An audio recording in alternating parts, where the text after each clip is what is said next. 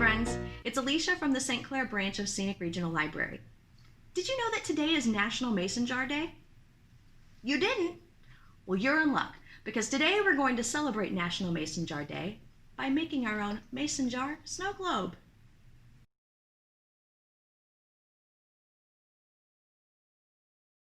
The first thing we're going to do is we're going to affix our minifigurine to our lid.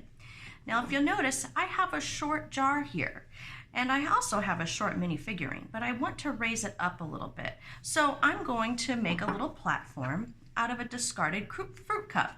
And if you just want to affix your minifigurine directly to the lid, that's fine.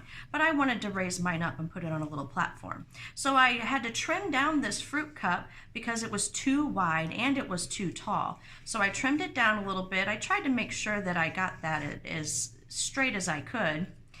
And I'm going to use this as a platform for my minifigurine. Now, if you notice, you might see that this area here is concave, which means that it's sinking in a little bit. And I want to make sure that I have a flat surface there for my minifigurine. So when I go to glue this on, I'm going to put a nice layer of glue in there so it has a flat surface to affix to. Now, to put this on my lid, I'm going to make a ring of glue with my hot glue gun. And I don't trust myself to make a nice perfect ring of glue, so I'm going to take my fruit cup here and I'm going to trace around it because that's where it's going to be going anyway.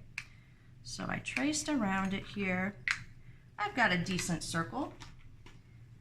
And then I'm going to take my hot glue gun. I'm going to make a ring of glue here. And it can be a fat ring too, because I want the edge of that fruit cup to sit nicely in that hot glue. Now, make sure that you don't go out too far because you might get into the part of the lid that seals on the jar, and trust me, you want this to seal. Okay, so I've got my ring of hot glue, and I'm gonna put my fruit cup right in the center there of all that glue. Oh yes, we're good. And then I'm going to attach my minifigurine.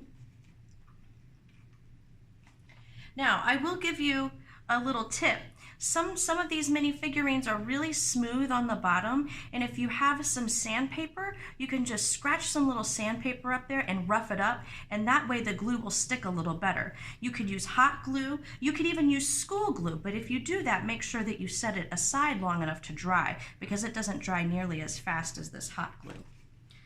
Okay, so it's time for me to attach my minifigurine, and remember, I'm gonna make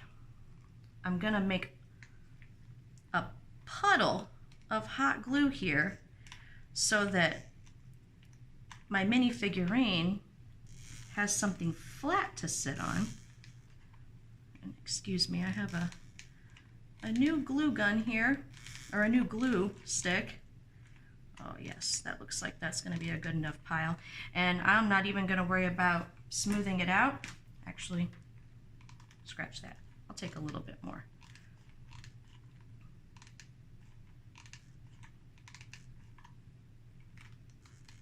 We should have plenty of glue now. And then I'll just put my minifig on there and just squish that glue all out. So now he's in a nice cushion of glue. Now we're going to set this aside, and then we're going to work on the water. Now we're going to make our water solution.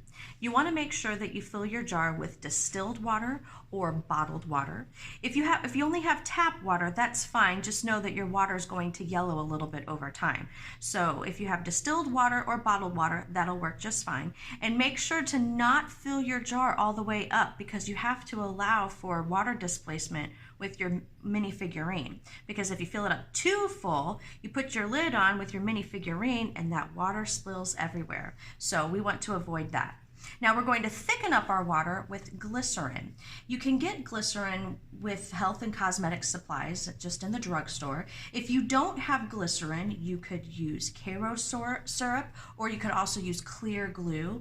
I've also seen that you can use baby oil as well. So if you have some other things around that you want to experiment, go ahead and do so. The idea with this is that we're just going to make the water a little thicker to allow for the snow to fall more slowly, like snow actually does.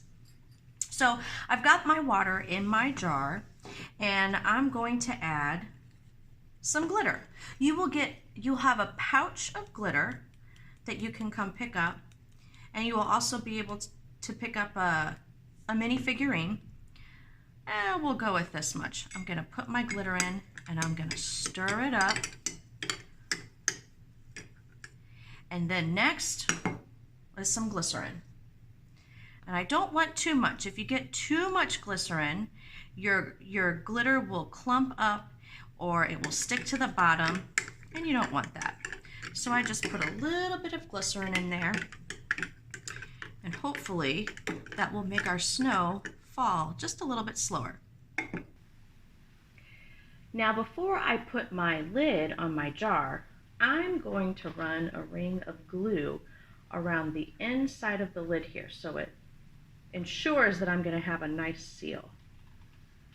And when you do this, especially with hot glue, you're going to want to put it on immediately before it dries.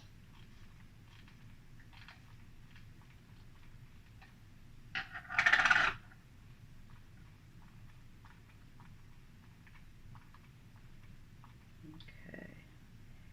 I'm out of glue sticks, so that's what I get. And then we're going to put them on, tighten them up as tight as I can.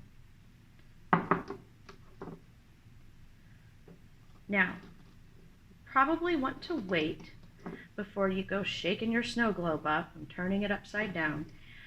Wait and make sure that it dries. If you are using school glue, you definitely want to wait a while and make sure that dries. So we'll sit and wait. Now I've got another jar here that doesn't have glycerin in it, so I thought I'd show you the two side by side so you can maybe get an idea of what you would like to do. So here we go.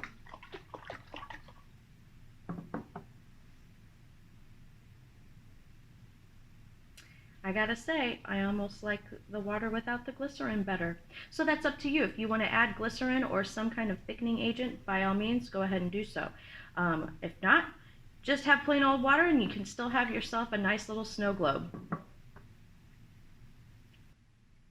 You can modify this a variety of different ways. You could put different colored glitter in here. You could put food coloring in here. I've even seen where some people will put both oil and water in here, and they'll put food coloring in the oil, and then you'll just see a layer of colored oil suspended above the water, and that gives it a really cool effect.